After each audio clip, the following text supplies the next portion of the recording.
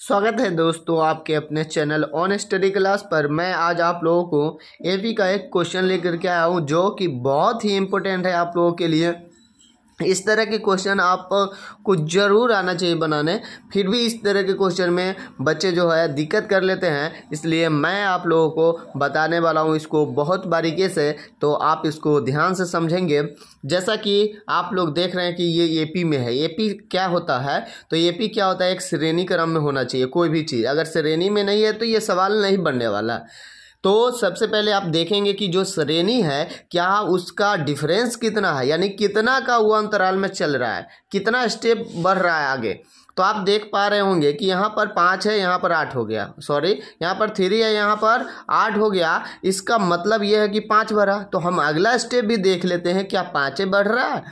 तो यहाँ पर 8 है, यहाँ पर 13 हो गया, तो समझ में आ गया कि 5 ही बढ़ रहा है।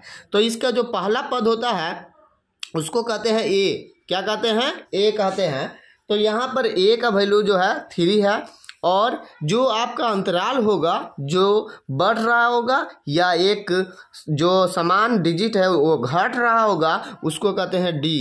क्या कहते हैं? डी, जिसको हिंदी में सार्वंतर कहते हैं।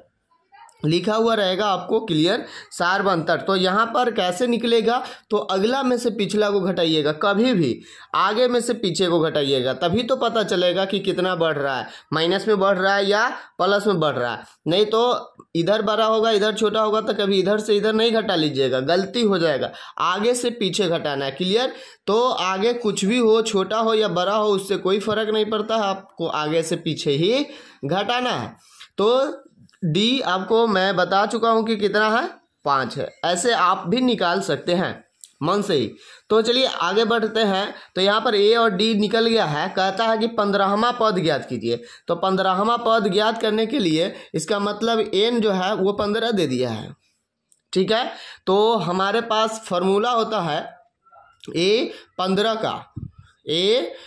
का कि आप ए में 14 को डी जोड़ दीजिए, और इसका जो डिटेल फॉर्मूला होता है वो होता है ए एन बराबर ए प्लस एन माइनस 1 डी।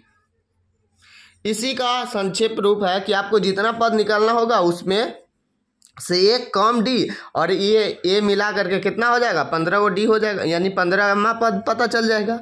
बात समझ पा रहे हैं ना। जैसे कि इसमें 2 गो डी है तो 10 हुआ, ए वाला जोड़ दीजिए 13 हो जाएगा। तो इस तरह से आपको 15वां निकालना होगा तो 14 डी। अगर आप यहाँ पर फॉर्मूला में पुट भी करते हैं तो ए एन के जगह पर आप 15 रखिएगा, और ए के जगह पर जो है ए रहने देते हैं, और एन के जगह पर 15 के जगह पर क्या 15 रखिएगा, तो ए घट जाएगा तो 14 गुने डी। बात सही है, यानी कि इसका शॉर्ट है, आप इसमें भी रख सकते हैं, कोई दिक्कत नहीं है, वही 14 आएगा, ठीक। तो आगे अगर हम बढ़ते हैं तो यहाँ पर अगर दिक्कत हो रही हो तो आप लोग कमेंट कर देंगे, बहुत ही बारीकी से इससे भी समझा सकता हूँ। जैसे आपको समझ में आए वैसा ही कोशिश करूँगा। तो ए की जगह पर यहाँ पर हमारा है 3, और 14 का 14 है, और डी के जगह पर हम लाए हैं 5, क्लियर।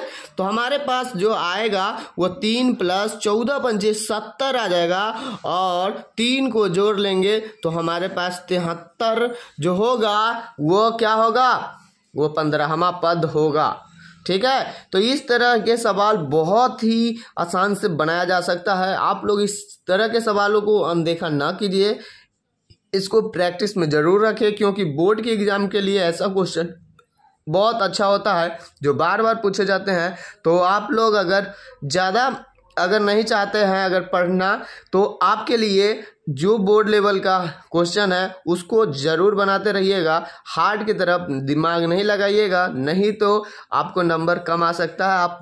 मैं जो अपना एक्सपीरियंस बता रहा हूँ, तो आप लोग क्या करेंगे, आप लोग अपना क्वेश्चन को कमेंट में भी कर सकते हैं, या मैं अपने चैनल पर कुछ क्वेश्चन बेसिक बताते रहता हूं कि इस प्रकार के क्वेश्चन पूछे जाते हैं, या इस तरह के वीडियो चाहिए तो आप लोग कमेंट करेंगे। फिर मिलते हैं आप लोगों से नेक्स्ट वीडियो में, तब तक आप लोग अच्छे से पढ़ाई कीजिए। Thank you for watching.